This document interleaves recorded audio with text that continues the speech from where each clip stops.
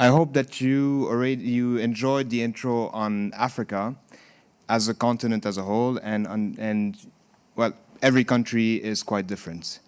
My main area of knowledge again is Nigeria, so there will be a focus on that, as well as Lagos, and eventually an introduction to our brand new city, Eko Atlantic. So, I'm sure that you've seen this picture of the world where the whole world is well lit up and Africa is still in the dark. Just as a note, Europe has about 740 million people and Africa 1 billion. And we are very, very far behind. As the most populated country on the continent, with 183 million people, 20% of all Africans are Nigerian. We are now the largest economy in Africa with $594 billion in GDP. We had a GDP growth last year of 6.21%, and you can see the impact of the current oil crisis, let's call it. We are currently at 5.5%, which is still decent. Some of the major industries are agriculture, manufacturing, banking, mining, telecoms, and of course, oil and gas. And as I mentioned before, oil and gas represents 14% of the GDP, as opposed to a much higher number. An interesting graph that we use some of the United Nations number is the population growth in Nigeria. We will cross the 200 million people by 2020. We will practically double that by 2050 with 400 million people. It's a bit far away, but by 2100, we would be close to 1 billion people in Nigeria. And that is a very large increase in our opinion. So when it comes to real estate in Nigeria, we have a very large shortage of homes. There's a shortage of 16 million homes, and this shortage is only increasing every year as the supply is very far from meeting the required demand. It is estimated that we need about $280 billion of investment today to meet this gap. I actually think this is a very conservative number. And I think this number will actually grow significantly over the coming years.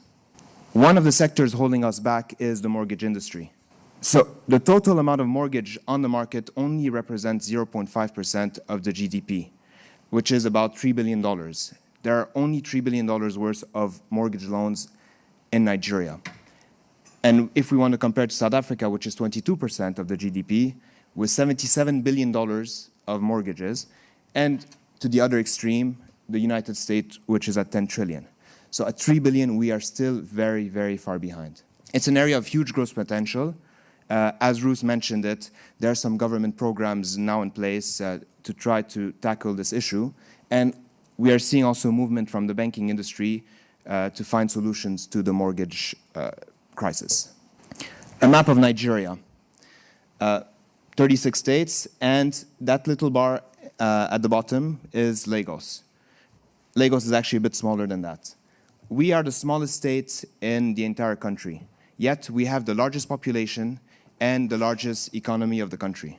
With a population of about 20 million people, we have the largest port in West Africa, and we are Nigeria's commercial, financial, and industrial center. Our GDP of $45 billion is comparable to the entire country of Ghana. 40% of the real estate activity in Nigeria happens in Lagos. We have a shortage of 5 million homes, which is about a third of the total shortage in the country. We also have very large shortages in commercial space, retail space, and other sectors such as schools, hospitals, and of course infrastructure. Here's a graph that was inspired by a report from JLL. Thanks, guys. So I find this graph very fascinating, this graphic very fascinating. It compares basically the entire region of Sub-Saharan Africa, excluding South Africa, to the country of South Africa.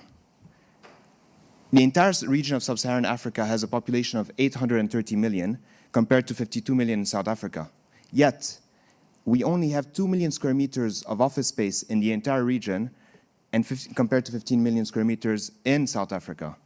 And if we look at retail, only 500,000 square meters for 830 million people compared to 21 million square meters again in South Africa. This is we are 40 times, maybe more, behind South Africa.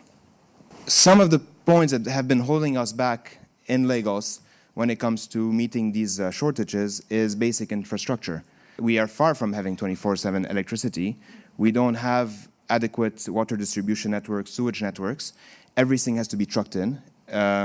Even the diesel for the generators has to be trucked in. And that does create a lot of challenge. We have been seeing a lot of improvement in Lagos over the past 10 years with better road networks. Lagos has a very, very ambitious master plan for public transportation, and the construction has started, whether it's light railway, ferry systems, or even cable cars, and it's looking very good.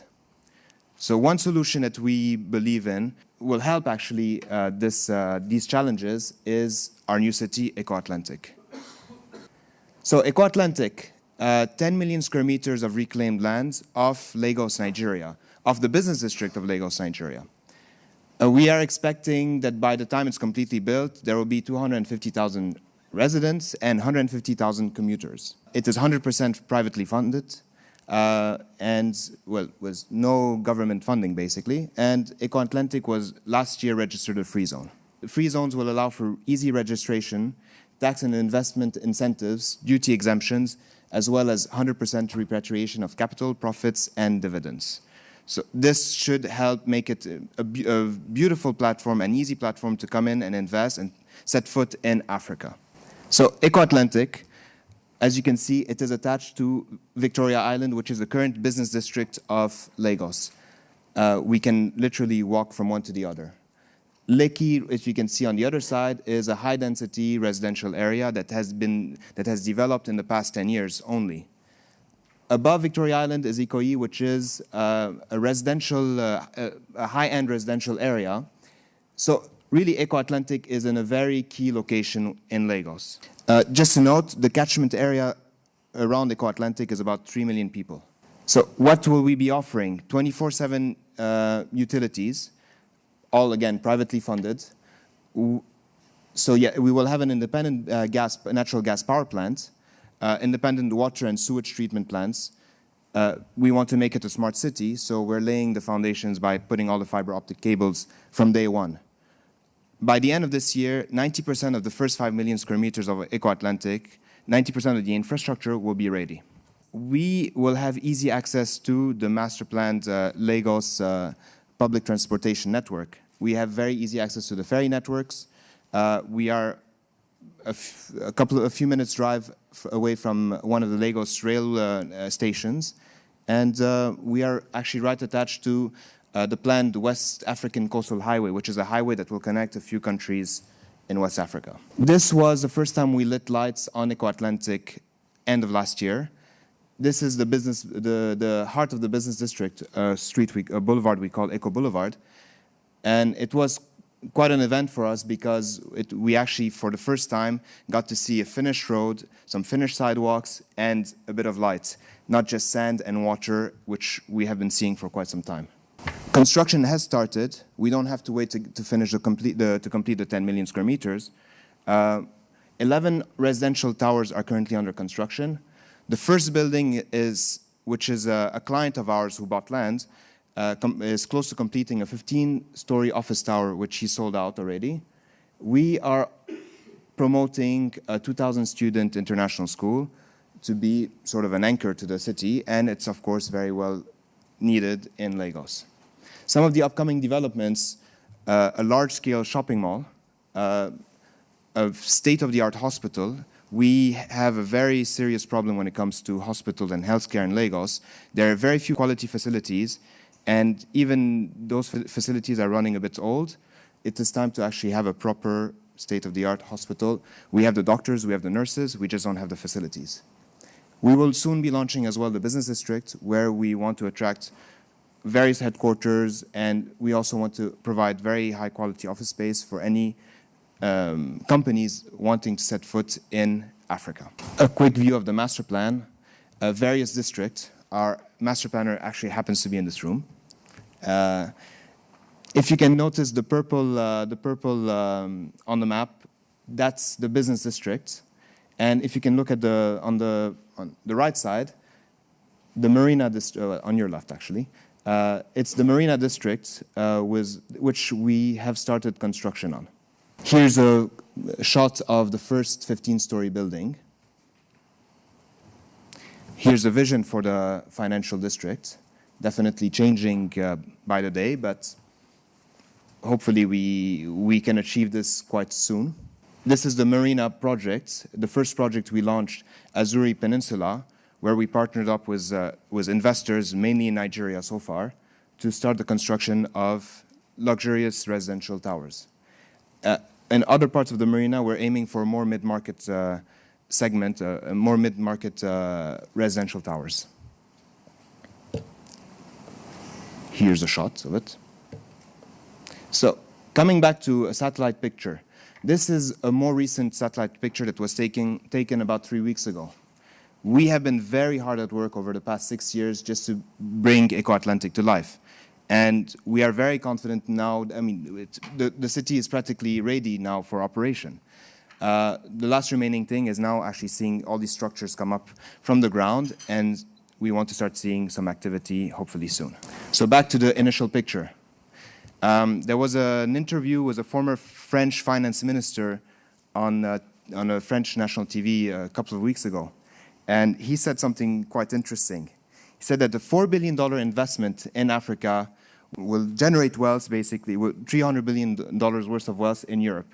I'm not sure how he came up with this calculation. It sounds quite wild, but it sounds good.